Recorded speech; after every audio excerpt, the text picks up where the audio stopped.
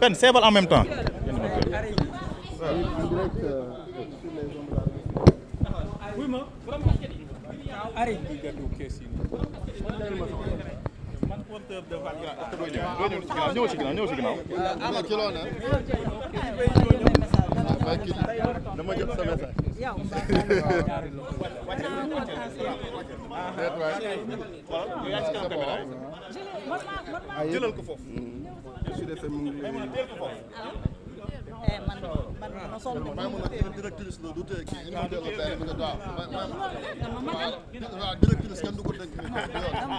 naka mu Chérif na ngeen def ça va bismillah. Vous êtes là, c'est qui votre tête de liste? Bon, la tête de liste c'est Ousmane Sonko.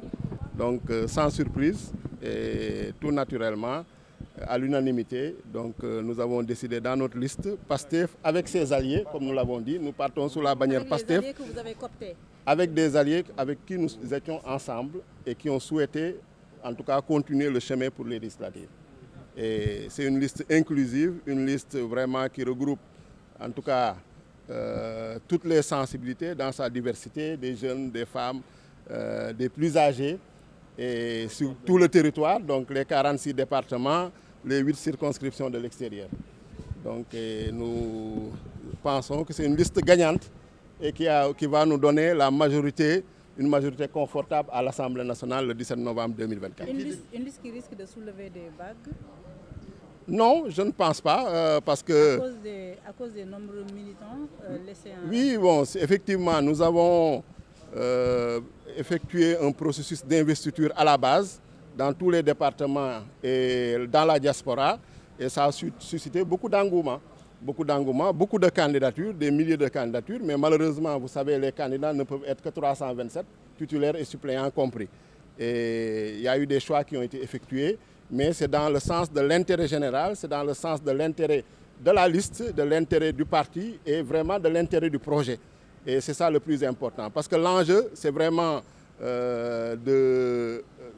d'accompagner le président de la République dans la mise en œuvre du projet pour lequel il a été élu le 24 mars 2024, avec une Assemblée nationale qui ne sera pas là pour bloquer, mais qui sera là pour travailler pour le bien des Sénégalais, qui représentera les Sénégalais. Qui dirige la liste à Dakar?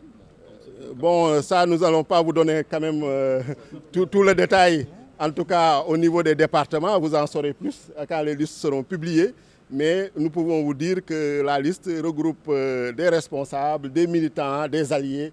Et vraiment, donc, c'est une liste quand même qui est inclusive, une liste qui, en tout cas, ressemble au Sénégal dans sa diversité, dans sa pluralité. Et c'est ça le plus important. Il y a une intercoalition qui va rassembler Jàmm ak Njariñ de Amadou Ba, Sàmm Sa Kàddu avec les Khalifa et l'Alliance libérale. Ils vont rééditer le coup des législatives de 2022. Oui, bon, nous le souhaitons bonne chance. Nous n'avons pas peur de cette intercoalition. Nous ne craignons pas cette intercoalition. Elle ne nous risque pensons... pas de bouleverser les règles? Non, non, non. Bon, vous savez, quand vous multipliez des 1% et des 2%, ça ne vous donne pas grand-chose, hein. Donc, on a vu les dernières élections, ce qu'ils avaient. Donc, si c'est ça qu'ils veulent additionner, bon, nous leur souhaitons bonne chance. En tout cas, nous pensons que la liste qui est conduite par le président Ousmane Sonko sera la liste qui va gagner ces élections législatives le 17 novembre 2024. Et cela vraiment sans contestation et sans bavure, parce que c'est ce que les Sénégalais souhaitent. Les Sénégalais souhaitent le changement, les Sénégalais souhaitent la rupture, les Sénégalais souhaitent la mise en œuvre du projet. Donc pour mettre fin à la gabegie, au gaspillage et vraiment à toute cette mauvaise gestion qui a été en tout cas exacerbée ces dernières années. Donc nous sommes confiants. Waaw, man maay mandataire bi. Donc kan mooy tête de liste bi? Si vous permettez, parce que l'année dernière, après il vous était difficile de franchir ce portail. Aujourd'hui, vous êtes là, ça vous rappelle quoi maintenant? Oui, bon, je l'ai dit la dernière fois, donc on constate que les conditions de cette élection, quand même si ce sont des élections législatives anticipées avec des délais réduits, en tout cas, se font dans des conditions de transparence, d'inclusivité, et l'information est partagée à tout le monde. Donc, on a une DGE qui est ouverte à tout le monde, et ça, on s'en félicite. Et nous voulons que ça continue comme ça, de conforter et renforcer l'état de droit et la démocratie. C'est le plus important. Yow yaay mandataire liste PASTEF. Kan mooy seen tête de liste? waaw suñu tête de liste moom Ousmane Sonko la donc loolu yaakaar naa du surprise liste la boo xam ne nag ba day vraiment dajale ay responsables ay militants ak ñoo xam ne ay alliés nañu vraiment donc ànd ak le président Bassirou Diomaye Faye donc premier ministre Ousmane Sonko jiite liste bi donc ñu am yaakaar ne liste boobu nag su ko sénégalais yi gisee nañ ko sawar a votel parce que liste bu niroog lu sénégalais yi di xaar la donc diversité ak yaakaar naa compétence yëpp a ngi ci te lu ñu bëgg mooy assemblée nationale boo xam ne dañ koy jubbanti assemblée nationale boo xam ne dañ koy soppi wute ak lu fi nekkoon assemblée nationale boo xam ne maanaam du liggéey assemblée nationale boo xam ne day nekk loo xam ne maanaam théâtre lay doon mais dañuy indi assemblée nationale bu bees boo xam ne vraiment dina représenter dignement les Sénégalais. donc contestation bi bari na de contestation bi ndax investiture yi. waaw investiture yi moom yaakaar naa ni indi na engouement nit ñi ñu bëri à la base parce que ñun dañu choisir daf investiture à la base ñeneen ñi defuñu ko donc ñun dañu def démocratie interne ñu laaj coordination départementale yi circonscription yu nekk ci diaspora yi ku nekk na ngeen déggoo am consensus.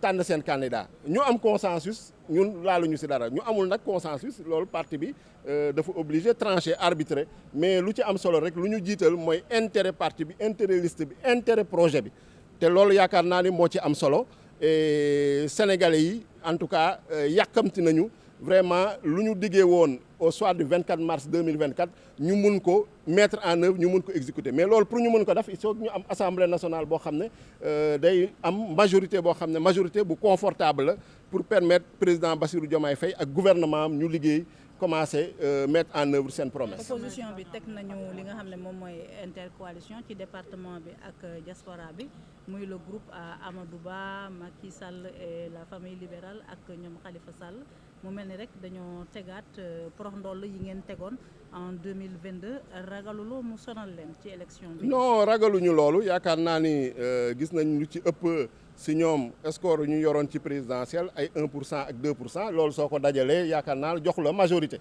donc mën nañoo bëri nag mais lu ñu gëm mooy sénégalais yi lu ñuy xaar mooy changement bi incarné en tout cas par le gouvernement du président Bassirou Diomaye Faye te liste bi mooy mun a indi assemblée nationale ba nga xam ne dina liggéey dina permettre tey voter budget ba nga xam ne président de la république dina mën a réaliser promesse am yaakaar naa ni loolu moo ci ëpp solo ñooñu dajaloo nag gis nañu lu ñu mënee woon pendant 12 ans ñeneen ñi pendant 10 ans 12 ans ces 25 dernières années suñu dajaloo waatee ñëwaat ànd ñoom ñëpp yaakaar naa ni occasion la nga xam ne sénégalais yi dañuy am vraiment mettre fin définitivement ak système boobu donc loolu occasion la pour sénégalais yi en tout cas ñun taxaw nañu temm pour en tout cas gunge leen ci occasion bii ñu am mettre fin à ce système parce que sénégalais yi waruñu rater occasion boobu incha allah.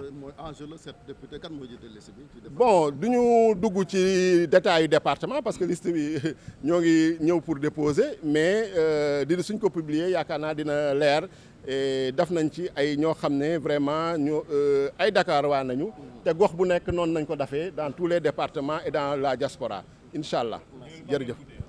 lu tax ñu guddee moom c'est normal liggéey bi vérification xoolaat lépp donc xool dossiers yi yooyu yëpp moo tax ñu guddee donc ñëw pour vraiment déposer en conformité avec le code électoral jërëjëf.